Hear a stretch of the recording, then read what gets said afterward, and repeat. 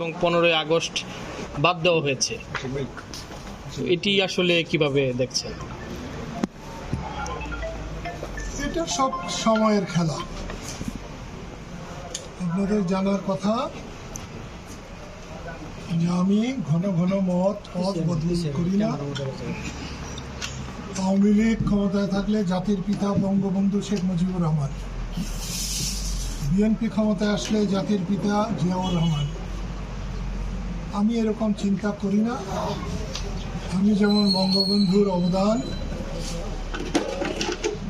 সমস্ত অন্তর দিয়ে স্বীকার করি, ঠিক তেমনি মুক্তিযুদ্ধে জিয়াউর রহমানের যে অবদান, অবস্মরণীয় অবদান, সেটাকেও আমি ওইভাবেই স্বীকার করি। তাই কি বাদ দেওয়া হলো আর কি রাখা হলো এটা বড় কথা না। দেশের মানুষের কাছে কোনটা গ্রহণীয়?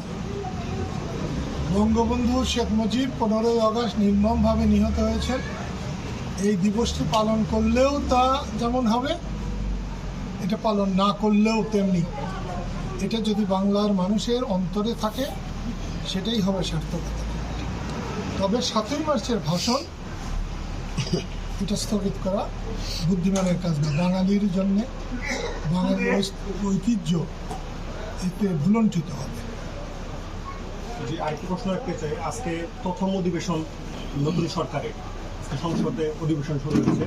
তো রাষ্ট্রপতির ভাষণকে কেন্দ্র করে বিরোধী দলের নেতারা একটু হট্টগোল তৈরি করে, এবং কি পরবর্তীতে রাষ্ট্রপতি যখন বক্তব্য দেন তিনি একটি মন্তব্য করেছেন যে গত 1.5 দশকে আওয়ামী লীগের যে ফ্যাসিবাদী কার্যক্রম সেটি অবসান হয়েছে। এই বিষয়ে কিছু বলতে চান কিনা, যে হট্টগোল হইল রাষ্ট্রপতির বক্তব্যকে কেন্দ্র করে? আসলে গণতন্ত্র থাকলে হট্টগোল থাকবে।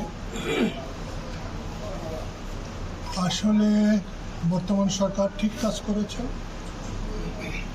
সাংবিধানিক ধারাবাহিকতা রক্ষার জন্যে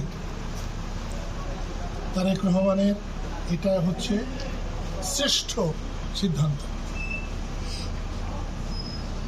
রাষ্ট্রপতির ভাষণ সাধারণত সরকার লিখে দেয়, যা লিখে দেয় তাই রাষ্ট্রপতিকে পড়তে হয়, এবং এই রাষ্ট্রপতিও তাই করেছে। উনি কোনো ভুল ভ্রান্তি করেন না, যেভাবে দিয়েছেন সেভাবে দিয়েছেন। আমরা চাই গণতান্ত্রিক পদ্ধতি থাকে কিনা, সেখানে দেশের মানুষের সম্মান থাকে কিনা, দেশের মানুষের ইচ্ছা অনিচ্ছা গুরুত্ব পায় কিনা, এছাড়া অন্য কিছু চাই। সর্বশেষ একটু প্রশ্ন করতে চাই, আপনি এই আসলে একবার এমপি ছিলেন এবং বর্তমান যিনি এমপি হয়েছেন তিনি আজকে মন্ত্রী হিসাবে শপথ নিয়েছেন।